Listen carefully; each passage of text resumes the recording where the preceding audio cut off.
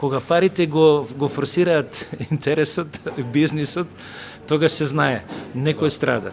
За жал кај нас страда животната, урбаната средина, а со тоа ние сме директните што трпиме последицата. Во рамките на урбанизмот, јас сум учествувал во голем број на проекти како стратегија за озеленување на Скопје, Куманово и други, во ЛЕАП и во такви, да кажеме, проекти каде што се предвидува нината како треба да биде, во кој правец да се одвива зеленилото, стандардите каде што се предвидуваат колку зеленило по квадратен метар на пожител и други работи.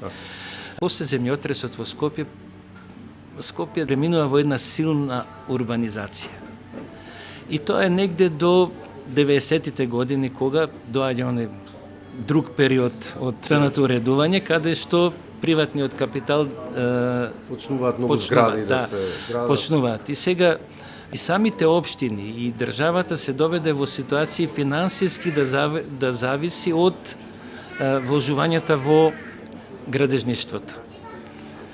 За да опстане една општина, потребно е да има финансиски средства, а најбрзо финансиските средства доаѓаат од градежништвото, односно од урбанизацијата.